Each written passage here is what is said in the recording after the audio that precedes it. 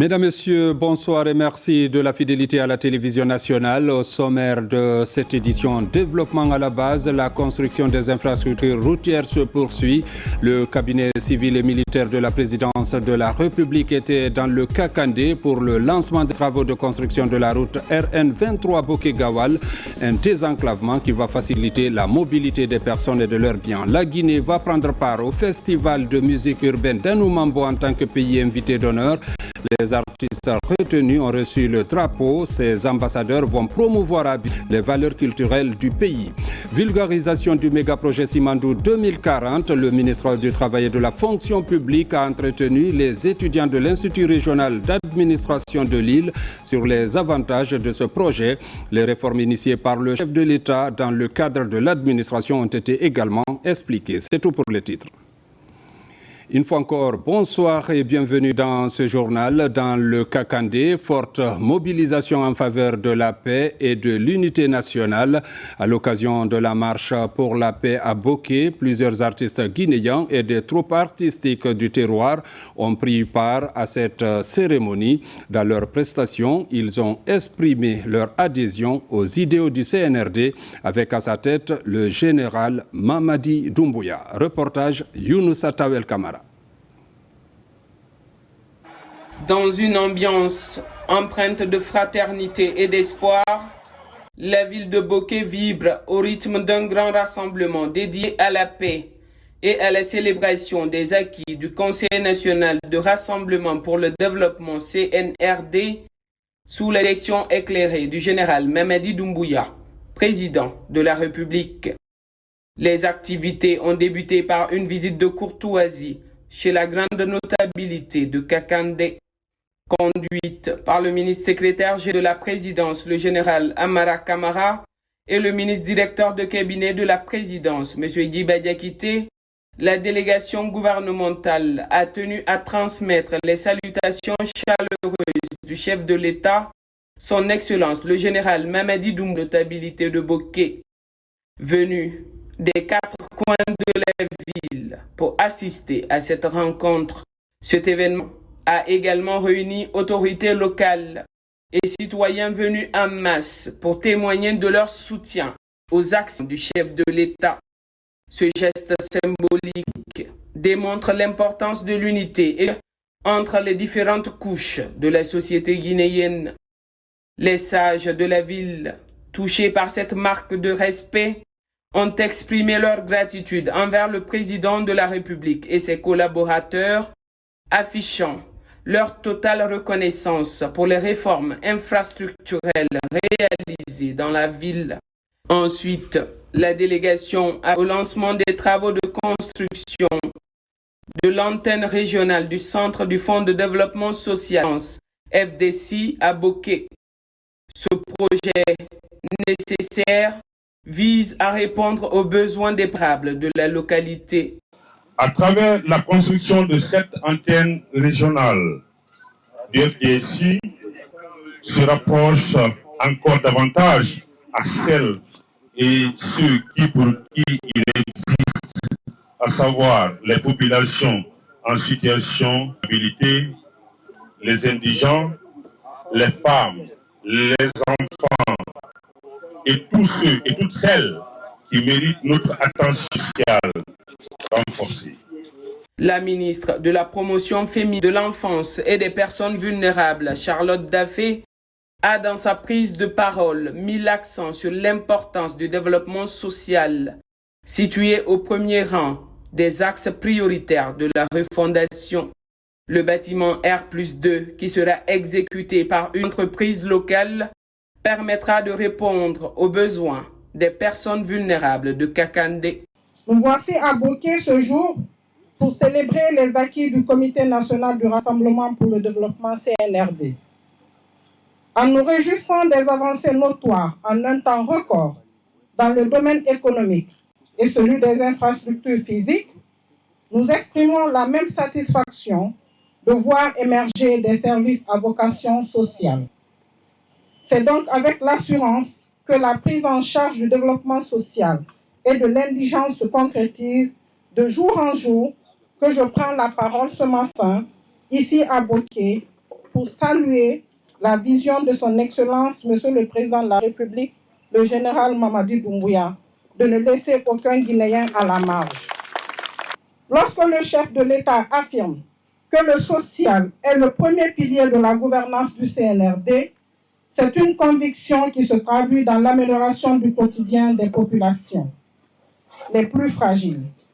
Cela suppose une présence effective de l'État social sur le terrain dans chaque circonscription administrative.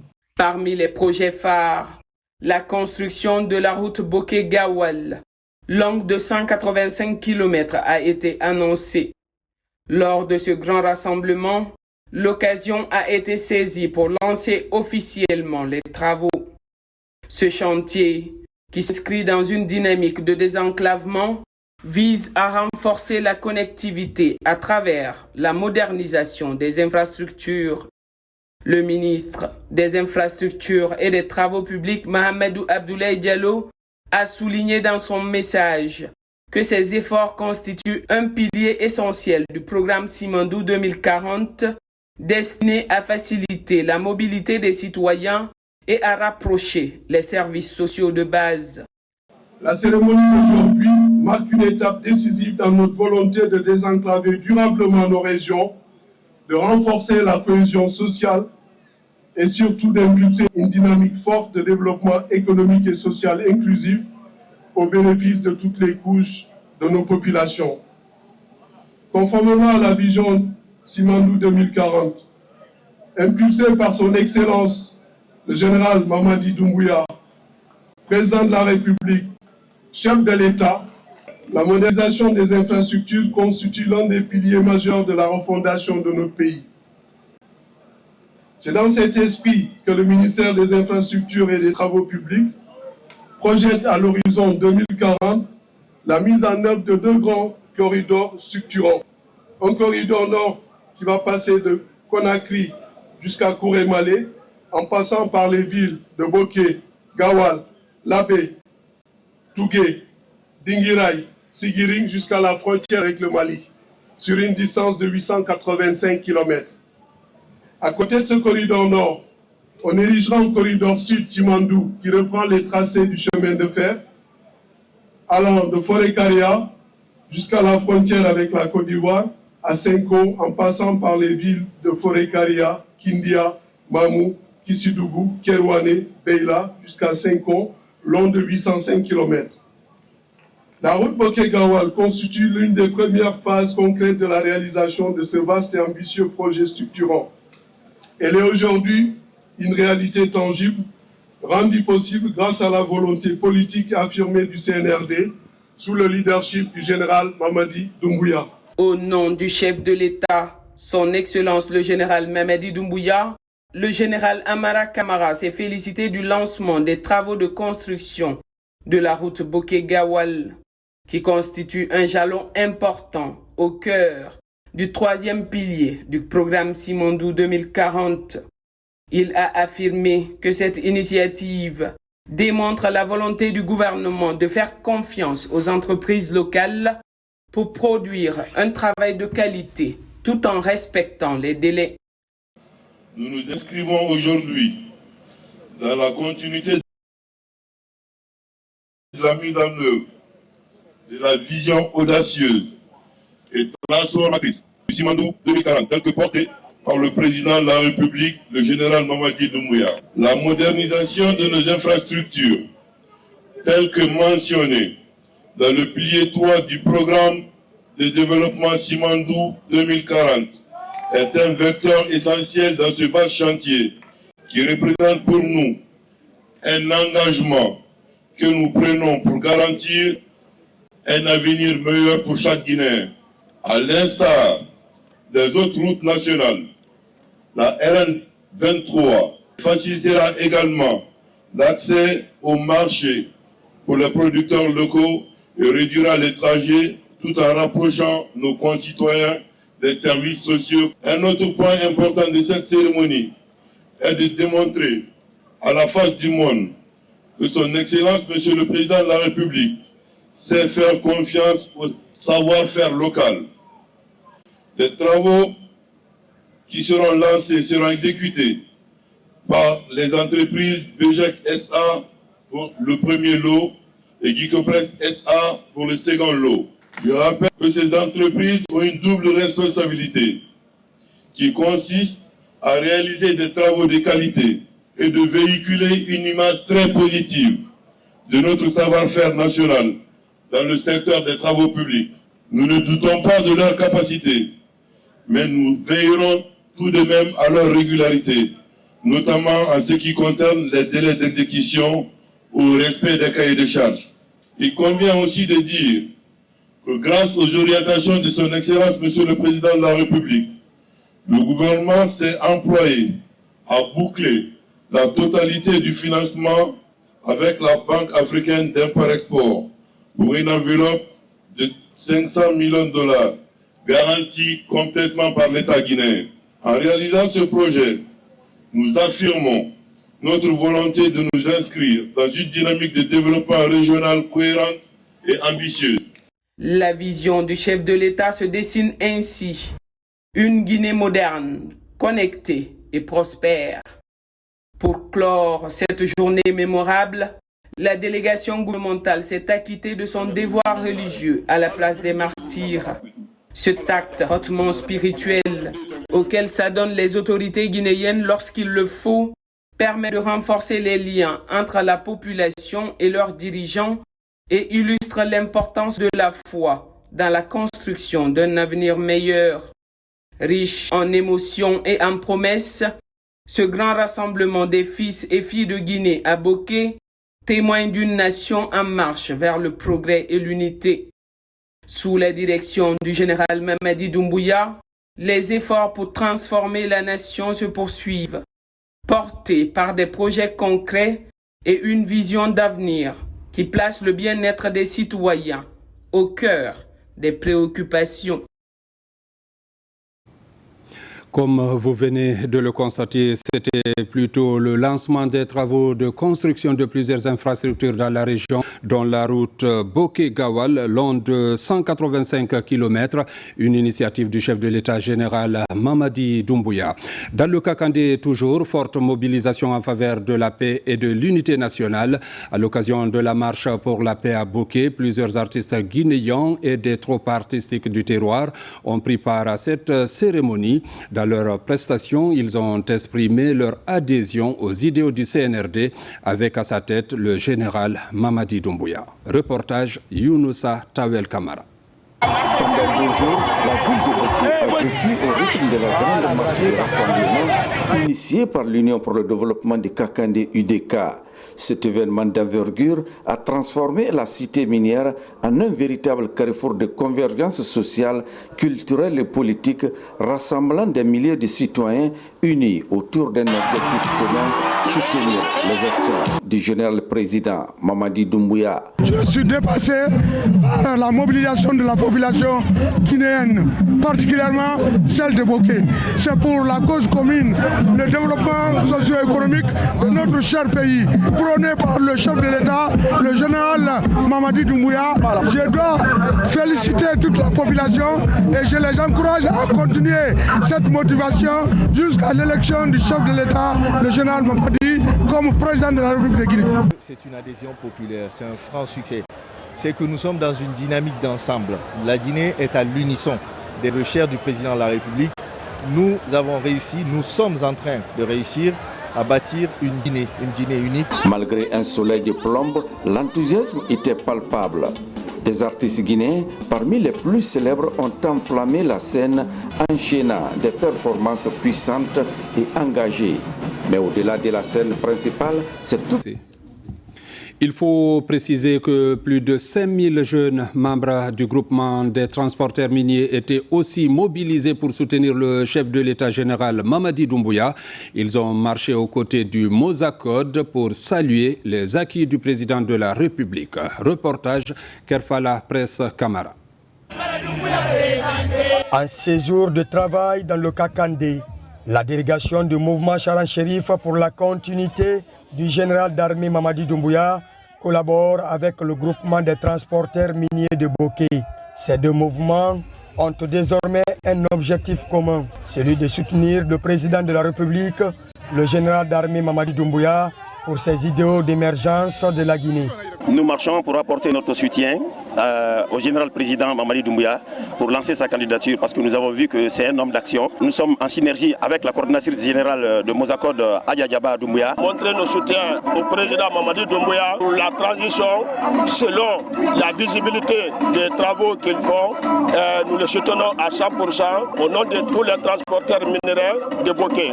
Déterminée à unir et à rassembler les Guinéens autour d'un idéal commun, la coordinatrice Adja Diaba Doumbouya et l'équipe du Mozakod sont dans une dynamique de mobilisation des jeunes du groupement des transporteurs miniers de Boké à la consolidation des acquis du CNRD. La porte est ouverte pour tout le monde. Le Mozakod est partout en Guinée, de Conakry jusqu'à Yomou.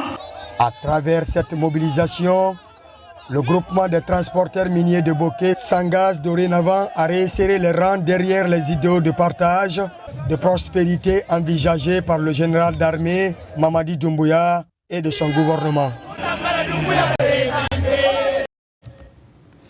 La Guinée, pays invité d'honneur au Festival des musiques urbaines d'Amnoumambo à Abidjan. L'événement démarre le 15 avril pour finir le 20 du même mois. Avant le départ, les artistes ont reçu les dernières consignes ainsi que le tricolore national des mains du Premier ministre Amadou Riba. C'était en présence de nos reporters Ousmane Ba et Mamadou Djoumaba. Les artistes guinéens pluridisciplinaires sur le point de départ. Destination Abidjan pour la participation au Festival des musiques urbaines d'Anoumambo. Dans la ferveur, ils sont reçus par le Premier ministre chef du gouvernement, Amadou Riba. C'est pour recevoir les dernières consignes ainsi que le tricolore national qu'ils doivent hisser très haut à ce rendez-vous culturel. Un événement qui va mobiliser plusieurs nations avec la Guinée comme pays invité d'honneur. Je pense que le moment est venu dans cette dynamique, disons, de renaissance, de refondation, que vous explosiez. Cela veut dire que vous preniez tout votre élan pour hisser encore plus fort le drapeau de la République de Guinée. Partout où vous serez, faites en sorte que l'image de la Guinée soit marquée positivement par votre talent, par votre courtoisie, par votre sens de responsabilité et surtout par le sens de savoir qu'à travers vous, vous incarnez la République de Guinée. Au nom du président de la République, le général d'armée Mamadi Doumbouya, vous avez notre bénédiction et notre soutien. Galvanisés par le chef du gouvernement, les artistes se disent déterminés à donner un signal fort à Abidjan qui va marquer une fois de plus le retour de la culture guinéenne sur la scène internationale. Depuis un moment, ils sont à pied d'œuvre à cet effet sous le leadership du département en charge de la culture. Il y a la percussion, il y a le ballet, il y a hip-hop, il y a l'acrobatie. Et un peu partout aussi, quoi. Dans tous les 4 coins de la Guinée. Il y a la Basse-Guinée, la Moyenne-Guinée, Haute-Guinée, la Guinée forestière. On va représenter toute l'identité nationale de la Guinée, quoi. Il était important aujourd'hui, à la veille de ce festival, que les troupes qui partent en Côte d'Ivoire représenter la Guinée, les artistes et les artisans puissent être encouragés de façon beaucoup plus institutionnelle par son Excellence Monsieur le Premier ministre, afin de leur prouver encore une fois que la Guinée les accompagne et que le pays compte sur eux. Le convoi est escorté par les motards de Nimba Riders. Cette 17e édition du FEMUA est prévue du 15 au 20 avril prochain à Abidjan. Toujours parlant de l'agenda du Premier ministre chef du gouvernement, Amadou Riba, accompagné du ministre de l'Agriculture, a visité un domaine de variétés de tomates et de pastèques valorisé par un jeune paysan.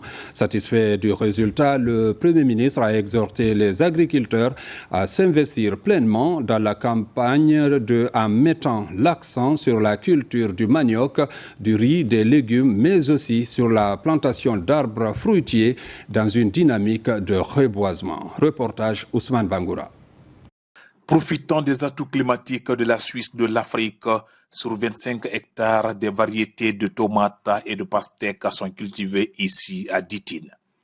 Un domaine valorisé par Thierno Ibrahim Bari, un jeune paysan modèle, un fils de terroir qui s'implique depuis 3 ans dans la dynamique du développement agropastoral à Ditine. Déjà, la résolution est prise d'accompagner ces jeunes promoteurs pour, pour la conservation, pour la transformation et également pour, faire en sorte que le marché guinéen puisse être régulièrement approvisionné en denrées venant de notre terroir. Il va de soi qu'il faut prendre en compte l'ensemble de l'écosystème, faire en sorte que les importations soient dans une certaine mesure freinées pour permettre à nos agriculteurs de prospérer. Ici, à Ditine, dans ce périmètre, toutes les techniques culturelles sont réunies pour une bonne exploitation agricole. 3 bassins d'eau alimentent le domaine. Des bassins soutenus par un système d'irrigation goutte à goutte. Et les variétés de tomates sont choisies en fonction des conditions climatiques et du rendement à l'hectare. À Neuillan, le périmètre exploité avoisine les 3 hectares. Après la production dans le volet commercialisation par semaine, plus de 6 camions font la navette entre Ditine et Conakry. Le développement, la souveraineté passe par pouvoir d'abord nourrir ses citoyens avant autre chose. Et dire aussi que nos villages doivent être des leviers économiques. C'est important. Ils doivent être des leviers économiques. C'est le moment de plaider au niveau du gouvernement pour qu'on accorde plus d'importance aux agriculteurs, les accompagner encore beaucoup plus sur la mécanisation, sur les intrants et tout autre, et surtout sur les formations aussi. L'année passée, je faisais 120 tonnes de tomates par semaine. Donc, sur les 120 tonnes de tomates, la demande était supérieure à l'offre. C'est pourquoi cette année, moi et mes travailleurs, on a décidé de faire 220 tonnes de tomates par semaine parce qu'on a compris à 175 tonnes, le marché commence à inonder. Vraiment en train de m'appuyer à travers le FODA. Vous avez vu le tracteur que vous avez vu là, ça c'est l'appui de l'État. Donc, mais je demande qu'il continue à m'appuyer, surtout en me trouvant là où stocker mes produits. Ici, à Ditine, le succès des producteurs locaux offre de l'emploi aux jeunes et contribue à lutter contre l'exode rural et à conforter la sécurité alimentaire. À Kissi Faramaya, la signature du projet de bitumage de tronçon Kissidou-Kankan et le projet de lancement d'une voie aérienne entre Kissidou et Conakry sont au cœur de la célébration des acquis du CNRD. Cette manifestation de joie est marquée par un meeting impliquant autorités, jeunes et femmes de la localité. Reportage Ibrahima Woulen Fofana. Nourrir la Guinée avec ses propres ressources est le thème du lancement de la campagne agricole 2025-2026. Nous voici au centre de recherche zoonautique de Farana, une région reconnue comme une grande zone de production agricole. Ici, cette importante activité est présidée par le ministre de la Culture, du Tourisme et de l'Artisanat, Moussa Mouissila. Cette campagne agricole doit être un engagement continu, une bonne collaboration entre les producteurs, les institutions et l'ensemble des acteurs du secteur agricole. Nous travaillerons tous ensemble pour renforcer la productivité. Nous sommes là pour exprimer notre reconnaissance et notre engagement. Avec le général Mamadi Doumbouya, nous sommes convaincus et l'espoir est permis. Le slogan de lancement officiel de la campagne agricole 2025 est assez évocateur. Ici à Farana, la culture céréalière est mise en avant dans cette nouvelle campagne agricole. Au niveau de la promotion rurale sur toute la chaîne de valeur, les efforts du chef de l'État sont magnifiés. Depuis le 5 septembre 2021, notre pays s'est engagé sous l'impulsion du chef de l'État à faire de l'agriculture et de l'élevage des piliers de notre développement économique, social et culturel.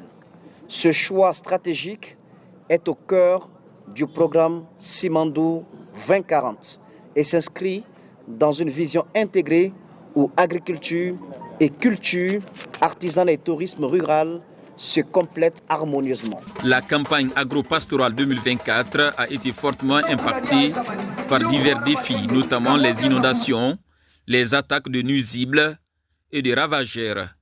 Les perturbations du calendrier agricole ainsi que la prolifération de certaines maladies animales et zoonotiques. Cette année, des moyens sont déployés par le gouvernement pour inverser la tendance. En 2024, nous étions à 1,4 million. Et cette année, nous fixions un objectif de 2,5 millions de tonnes de riz. Quand vous regardez la culture de maïs, on fait également une augmentation de près de 50% sur la production de l'année dernière. Cette campagne est lancée à Farana dans un environnement où il menace de pleuvoir. À l'orée des premières pluies dans la région, le ministre de la Culture Moussa Moïsila a procédé au semis du fonio avec les autorités locales. La campagne agricole se poursuit dans l'arrière-pays. À Farana, comme vous venez de le constater, des efforts sont consentis pour l'autosuffisance alimentaire dans le pays. Le ministre du Travail et de la Fonction publique poursuit son séjour de travail en France. À Lille, Faya François Bourneau a tenu une conférence devant les élèves de l'Institut régional d'administration de la ville, un exposé édifiant sur les enjeux de la réforme de l'administration publique initiée par le président de la République, le général Mamadi Doumbouya. La conférence a été l'occasion également de revenir sur la vision de transformation du pays à travers le méga-projet minier Simandou et le programme Simandou 2040. Compte rendu Mamadi Terna Kamisoko. Le passage du ministre du Travail et de la Fonction publique à l'Institut régional d'administration de Lille aura été l'un des tournants majeurs de son séjour de travail en France. Devant les élèves et la directrice de l'Institut, Faya François Bourneau aborde dans un exposé captivant les grands défis qui se posent aux administrations publiques en Afrique, le cas guinéen en particulier. Ces dernières années, conformément à la vision de refondation du chef de l'État, nous avons travaillé pour faire en sorte que cette fonction publique se modernise. On avait un défi, c'était celui de la maîtrise des effectifs et la maîtrise de la masse salariale. On avait un peu des effectifs éparpillés entre le ministère de la fonction publique qui gère les agents, donc qui assure la gestion administrative des ressources humaines de l'État. Et il y avait aussi d'autres entités comme le ministère du budget qui assurait la gestion de la solde. Donc il n'y avait pas une cohérence dans la gestion. Nous avons fourni assez d'efforts pour faire en sorte qu'aujourd'hui, qu'on puisse mettre en place une base de données biométriques qui recense tous les agents qui travaillent pour l'État dans toutes les sphères. Et aujourd'hui, donc, nous avons pu stabiliser les effectifs et on maîtrise la masse salariale. Au moment où le méga-projet Simandou attise les convoitises à travers le monde, le ministre Bourneau, par la clarté de sa communication sur la vision du programme Simandou et les axes stratégiques, a précisé la place des réformes institutionnelles et la modernisation de la fonction publique guinéenne. Vu que le projet Simandou, sa mise en exploitation, va générer suffisamment de ressources et génère déjà d'ailleurs suffisamment de ressources, comment gérer tout ça? C'est pour cela que le président de la République il a instruit qu'on travaille sur un programme de développement. Donc on est en train d'élaborer un programme qu'on appelle la vision Simandou 2040. Pour les 15 prochaines années, les transformations structurelles que nous devons réaliser. Nous lançons cette fois-ci un programme qu'on appelle le programme Simandou Academy. Simandou Academy va permettre de développer l'excellence, de former des talents qui vont à terme porter la problématique de développement du pays compte tenu des enjeux divers auxquels nous sommes aussi confrontés. Cette offensive du ministre du Travail et de la Fonction publique s'inscrit dans une vision globale de coopération administrative internationale que la Guinée entretient si avantageusement avec ses partenaires. Cette conférence à l'Institut régional d'administration de Lille ouvre ainsi de perspectives prometteuses dans la future collaboration entre les deux parties. Forte mobilisation en faveur de la paix et de l'unité nationale dans le Kakandé. À l'occasion de la marche pour la paix à Boké, plusieurs artistes guinéens et des troupes artistiques du terroir ont pris part à cette cérémonie. Dans leur prestation, ils ont exprimé leur adhésion aux idéaux du CNRD avec à sa tête le général Mamadi Doumbouya. Reportage Younousa Tawel Kamara. Pendant 2 jours, la ville de Boké a vécu au rythme de la grande marche de rassemblement initiée par l'Union pour le développement du Kakandé UDK. Cet événement d'envergure a transformé la cité minière en un véritable carrefour de convergence sociale, culturelle et politique, rassemblant des milliers de citoyens unis autour d'un objectif commun, soutenir les actions du général président Mamadi Doumbouya. Je suis dépassé par la mobilisation de la population guinéenne, particulièrement celle de Boké. C'est pour la cause commune, le développement socio-économique de notre cher pays, prôné par le chef de l'État, le général Mamadi Doumbouya. Je dois féliciter toute la population et je les encourage à continuer cette motivation jusqu'à l'élection du chef de l'État, le général Mamadi, comme président de la République de Guinée. C'est une adhésion populaire, c'est un franc succès. C'est que nous sommes dans une dynamique d'ensemble. La Guinée est à l'unisson des vœux chers du président de la République. Nous avons réussi, nous sommes en train de réussir à bâtir une Guinée unique. Malgré un soleil de plomb, l'enthousiasme était palpable. Des artistes guinéens, parmi les plus célèbres, ont enflammé la scène, enchaînant des performances puissantes et engagées. Mais au-delà de la scène principale, c'est toute la richesse culturelle de Kakandé qui s'est exprimée. Des troupes locales, véritables gardiennes des traditions du terroir, se sont jointes à la fête. Je dirais que les artistes ont 95% d'intervention ou de sensibilisation au niveau des populations. Pourquoi ? Parce qu'en fait, ils véhiculent des messages. Et quels sont ces messages? Ce sont des messages qui sont l'interprétation des œuvres déjà acquises par le CNRD. Tout le monde a vu ce que le CNRD est en train de faire. C'est pourquoi tout le monde se mobilise. Les artistes l'ont prouvé. Ils ont hissé Mamadi au firmament de l'histoire du développement. Nous, en ce qui concerne l'éducation, nous sommes résolument engagés à le soutenir, à soutenir ses actions, à soutenir ici jusqu'à la victoire finale. Ce moment de communion, à la fois festif et porteur de sens, s'inscrit déjà comme une date clé dans l'histoire récente de la région de Boké.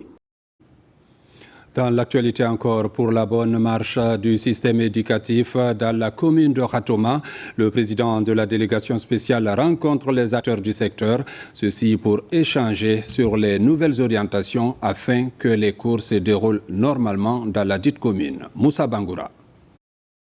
Encourager l'éducation des enfants tout en contribuant à l'entretien des infrastructures. Tels sont les motifs de cette rencontre. Ici, à la mairie de Ratoma, elle a réuni autorités locales, éducatives et les présidents de l'APAE des différentes écoles de la commune nouvellement installées. C'est pour s'imprégner des nouvelles orientations de l'autorité communale. Ça s'est très bien déroulé. Chacun a vu sa part de responsabilité et chacun s'engage désormais afin qu'il y ait un mouvement d'ensemble. Ils sont responsabilisés. Cette politique de proximité de M. le maire m'enchante beaucoup plus. Voulant établir un pont entre les parents d'élèves et l'école, désormais les parents d'élèves doivent être à l'écart pour la gestion de la vie de l'école. La collaboration de tous pour une éducation de qualité est souhaitée. Selon le constat fait par ces parents d'élèves, des manquements sont signalés un peu partout dans certains établissements, à savoir le manque d'enseignants, de latrines et de tables-bancs.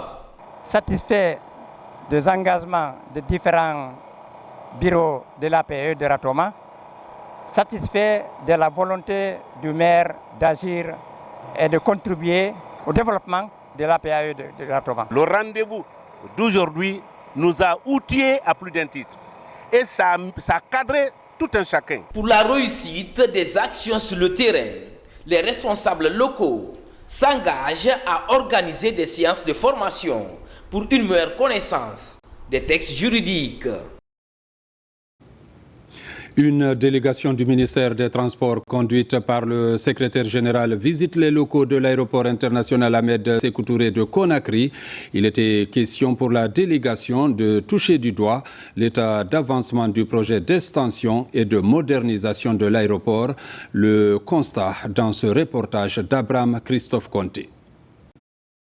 À l'aéroport international Ahmed Sékou Touré de Conakry, une délégation du ministère des Transports conduite par le secrétaire général visite les locaux de la direction générale de la SOSEAC.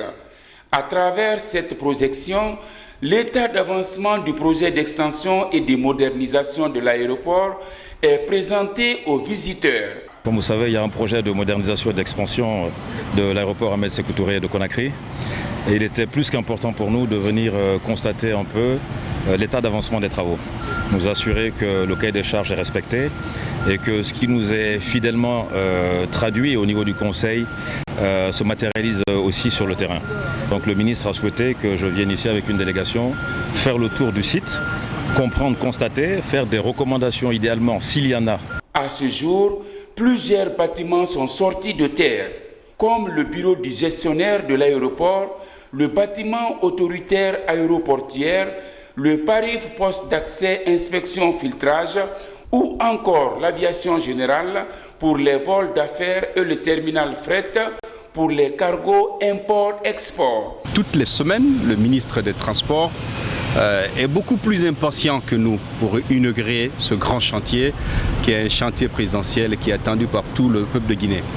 Alors les avoir aujourd'hui qui constatent de visu l'évolution du chantier, non seulement ça leur permet eux aussi de s'assurer de la magnitude du projet, mais comme il l'a dit, ça nous permet aussi de lancer un message, d'encourager surtout l'équipe qui est là, qui travaille d'arrache-pied pour réaliser ce grand projet. C'est d'accélérer les procédures. Après finition, et l'impact serait de faciliter le travail aux agents de douane, parce que tout est automatisé aujourd'hui. Ce projet présidentiel initié par le général Mamadi Doumbouya a démarré en octobre 2023. Dans l'actualité encore, le cadre des ressources à moyen terme, un outil qui renforce la responsabilité des partenaires techniques et financiers. Le CRMT met en valeur des actions auprès des bénéficiaires. Son lancement a mobilisé plusieurs acteurs du secteur. Explication d'Aoudata Bansila, Adiatou Bari. Au-delà de l'apport du budget national de développement BND dans la réalisation de certains projets, la Guinée bénéficie souvent de l'aide des partenaires techniques et financiers. C'est dans cette dynamique que le ministère du Plan et de la Coopération internationale a mis en place un mécanisme intitulé « Cadre des ressources à moyen terme, CRMT ». Un outil essentiel qui renforce le travail des partenaires auprès des bénéficiaires. Le CRMT lançons aujourd'hui est l'expression de cette nouvelle dynamique. Il se veut un outil stratégique de dialogue constructif, de programmation cohérente et de redevabilité mutuelle. Son objectif est simple, mais fondamental.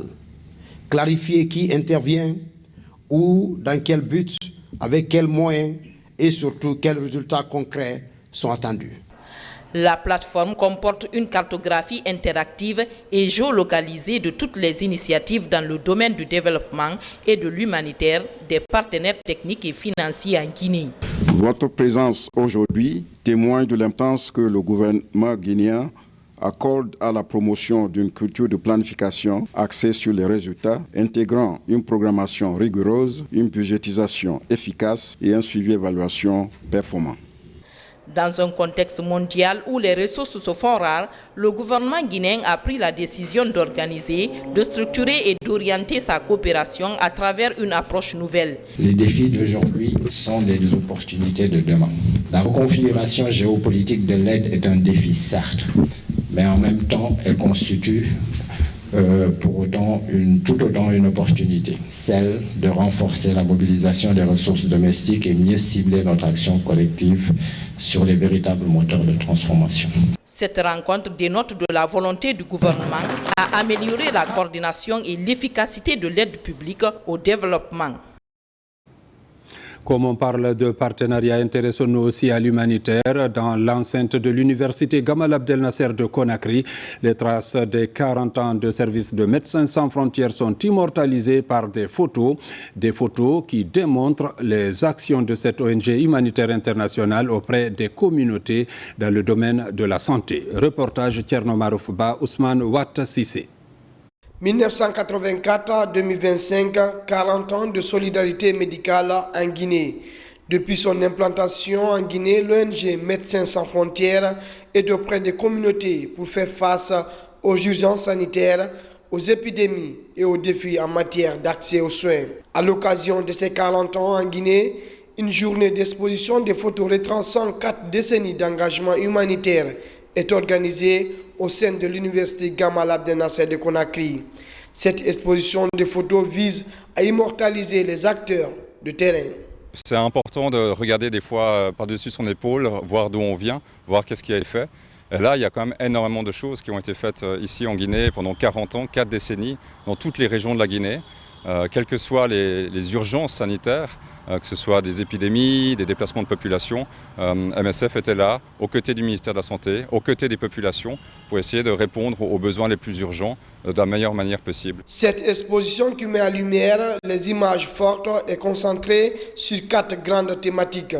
Les réponses aux épidémies, l'accès aux soins de santé, l'engagement communautaire, l'innovation médicale et la formation. C'est aujourd'hui 15 500 personnes vivant avec le VIH qui sont appuyées également par Médecins sans frontières ici en Guinée. Donc il y a ces activités d'urgence d'un côté et d'autres activités qui sont vraiment de renforcement de capacité du système de santé, mais là on pense également à la santé primaire, où il y a eu également beaucoup de choses qui ont été faites à court dans de la réhabilitation d'hôpital, mais également le renforcement de tout ce qui est comité de santé, relais communautaires, lien entre les communautés et les structures de santé. Cette exposition photo est le début d'une série d'activités pour célébrer les 40 ans de Médecins sans frontières sur le sol guinéen. La société Anglo-Gold Ashanti de Guinée-SAG, déterminée à renforcer sa responsabilité sociale d'entreprise, elle vient de présenter aux autorités des ministères des Mines, de l'administration du territoire, son plan de développement économique communautaire, un plan qui vise à améliorer les conditions de vie des communautés locales. Reportage Sah Martin Fancinadouno. Pour conforter sa position en termes de respect de sa responsabilité sociétale, la société Anglo-Gold Ashanti de Guinée, SAG, a dévoilé son plan de développement économique et social. Bien que l'opération de la SAG ait contribué de manière significative à l'économie locale et nationale par le biais d'activités minières et d'investissements communautaires, il existe des défis. Pour relever ces défis et renforcer son rôle d'entreprise responsable, elle a engagé les services de West African Consultant, un cabinet de conseil local, pour mener à bien un examen et des processus consultatifs de 2022 à 2024, aboutissant à l'élaboration d'un plan de développement économique et social. Il faut reconnaître la valeur ajoutée d'un tel document, mais surtout veiller à sa mise en œuvre, parce que l'ensemble des volets qui sont déclinés ici vont aider les collectivités locales à faire face à leurs plans de développement locaux, mais aussi à leurs plans annuels d'investissement. Fruit de 2 années de consultations approfondies et d'analyses menées avec le soutien du cabinet guinéen West African Consultant, le P2ES aligne les investissements communautaires de la SAG avec les politiques de développement local en Guinée, les objectifs de développement durable ODD et la vision minière africaine, débouchant sur les projets structurants, améliorant ainsi les conditions de vie des communautés. Dans la vision du groupe Anglo-Gold Ashanti de Guinée, nous devons rendre les communautés performantes, résilientes, autonomes, parce que la SAG a existé avec elles. Et pour cela, il s'agit de mettre en place un plan durable qui se situe sur le long terme. Ce plan a un caractère volontaire et s'inscrit dans le cadre de la responsabilité sociétale des entreprises. Donc il est important pour nous de remercier la SAG pour cette contribution et tous les participants qui ont contribué à améliorer le plan, qui servira fort heureusement à structurer et procéder à la remédiation des impacts qui ont été créés sur la faune, la flore et autres. La présentation et la mise en œuvre du plan décennal de développement communautaire par la SAG représente une étape significative vers une exploitation minière plus inclusive et bénéfique pour les communautés locales de Sigiri. Et pour promouvoir l'entrepreneuriat jeune en milieu universitaire, une autre société minière accompagne les étudiants porteurs de projets. Il s'agit de Simandou Rio Tinto qui s'active à encourager l'esprit entrepreneurial. Mounir Bari. Comment accompagner les étudiants guinéens porteurs de projets liés aux technologies à l'environnement et le développement communautaire. Pour répondre à ces préoccupations, Simandou Rio Tinto et ses partenaires s'engagent à accompagner les projets innovants afin de stimuler l'entrepreneuriat dans les secteurs clés. L'objectif de ce projet, c'est de permettre aux jeunes universitaires et dans les universités publiques de soumettre des projets d'entreprise, de venir défendre ces projets d'entreprise et d'obtenir un financement complet ou partiel de ces projets d'entreprise. Et sous l'impulsion du ministère de l'Enseignement supérieur, de la Recherche scientifique et de l'Innovation, que nous avons mis en place ici à l'Université Gamal Abdel Nasser de Conakry une cellule d'accompagnement à l'entrepreneuriat et à l'insertion professionnelle, dont la mission est d'aider nos étudiants à transformer leur ambition en projets viables et durables. À l'enseignement supérieur et dans les universités, des mécanismes sont mis en place pour créer de l'émulation entre les acteurs porteurs de projets. Au niveau de la gouvernance, par exemple, le statut étudiant-entrepreneur ou encore les espaces pôle vie sont créés. Le président a estimé que pour développer la Guinée, il faut construire les esprits au-delà de la construction des lignes de chemin de fer, des routes, des infrastructures de développement et d'exploitation minière. Il faut construire l'esprit du Guinéen de demain. Et c'est cela, toute la logique et toute la philosophie qui anime les actions du président de la République, du Premier ministre et du gouvernement tout entier autour des idéaux du CNRD. It is a great pleasure. C'est un véritable plaisir de vous accueillir à cette première édition de Hackathon universitaire, un événement qui célèbre l'innovation, l'entrepreneuriat et l'immense potentiel de la jeunesse. Le Hackathon 2025-2026 est initié par Rio Tinto, dont l'objectif principal est de jouer sa partition dans la promotion de l'éducation, de l'excellence académique et de l'entrepreneuriat jeune. Les étudiants sont invités à soumettre leurs différents projets afin d'obtenir des financements. La direction générale de l'Office de régulation des agences de sécurité et de la protection civile était récemment dans la région de Boké. Objectif présenté au commissariat et CMIS, toutes les réformes engagées dans le secteur de la sécurité privée depuis l'avènement du CNRD au pouvoir. Reportage Abdul Karim Kamara. Dans la région de Boké, 150 entreprises de sécurité privée sont enregistrées dans la base de données de l'Office de régulation des agences de sécurité et de la protection civile. Point de vue conformité, il est constaté que plusieurs d'entre elles exercent dans l'illégalité. Sans l'appui de la police, l'ORASPC ne pourra pas exercer sa mission de contrôle et d'inspection. Vu que nous aussi nous relevons du ministère de la Sécurité et de la Protection civile, lorsque la loi, les textes sont violés, ils ont double casquette alors de traiter le dossier pour que les personnes concernées soient jugées. Cette rencontre de restitution est à l'adresse des commissariats centraux et urbains ainsi que les compagnies mobiles d'intervention de sécurité de la région de Boké. Ici, la lanterne de ces acteurs est éclairée sur les textes et lois en vigueur dans le secteur de la sécurité privée. S'il n'y a pas de documents, tout ce qui n'est pas interdit par la loi est autorisé. C'est la loi qui nous permet d'intervenir. Mais dès lors qu'on a créé cette institution et documents pour nous montrer comment il faut travailler sur le terrain, il va sans dire que nous allons nous mettre à la tâche pour faire ce travail. Les petites missions que nous avons menées tout récemment avec eux, nous avons beaucoup compris ce qui se passe sur le terrain. Et nous serons toujours à leur portée et nous soutiendrons nous toujours au moment où ils auront besoin de nous pour intervenir auprès d'eux. Au cours de la réunion, ces officiers de police sont tous dotés du guide d'information de l'ORASPC dans lequel se trouvent les spécimens de l'agrément dirigeant, du certificat d'aptitude et l'agrément de l'autorisation administrative de fonctionnement. Mesdames, Messieurs, c'est la fin de cette édition. Merci de l'avoir suivi et bonne suite de programme sur la télévision nationale.